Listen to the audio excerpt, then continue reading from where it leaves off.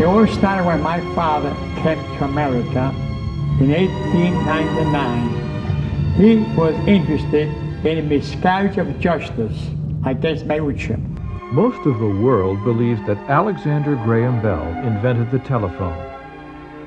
But most Italians, and a growing number of Americans, now believe the real inventor was an Italian-American from Staten Island, New York, named Antonio Meucci.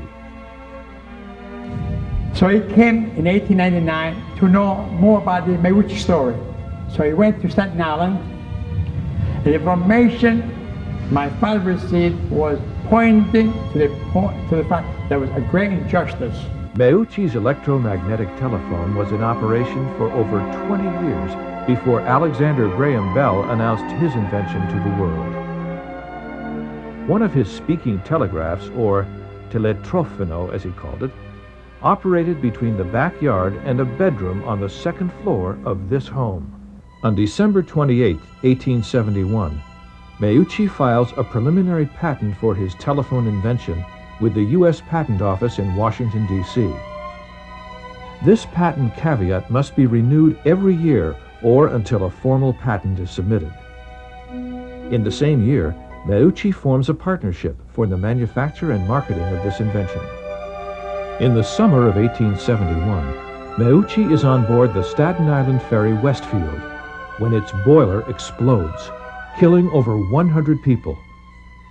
Meucci is hospitalized and remains on the critical list for over 2 months.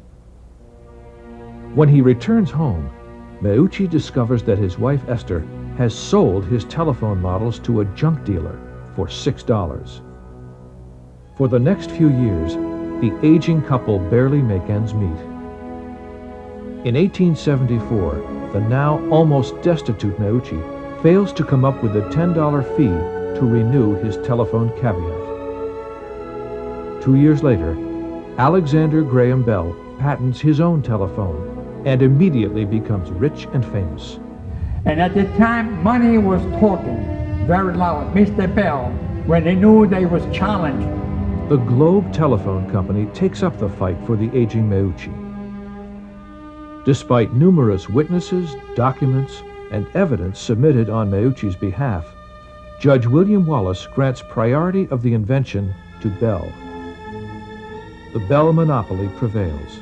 Now, when my father learned all the manipulation, the ranger, he tried to reopen the case on the basis that Meucci trial should not be adjudicated on the civil court, but on the court of equity. On October 18, 1889, Meucci dies penniless, yet fully convinced that he was the true inventor of the telephone. I started in 1929, and it took me 60 years to finally get the stone here at the Meucci Square, right in front of the telephone building on West 12th, with the inscription, Antonio Meucci, father of the telephone.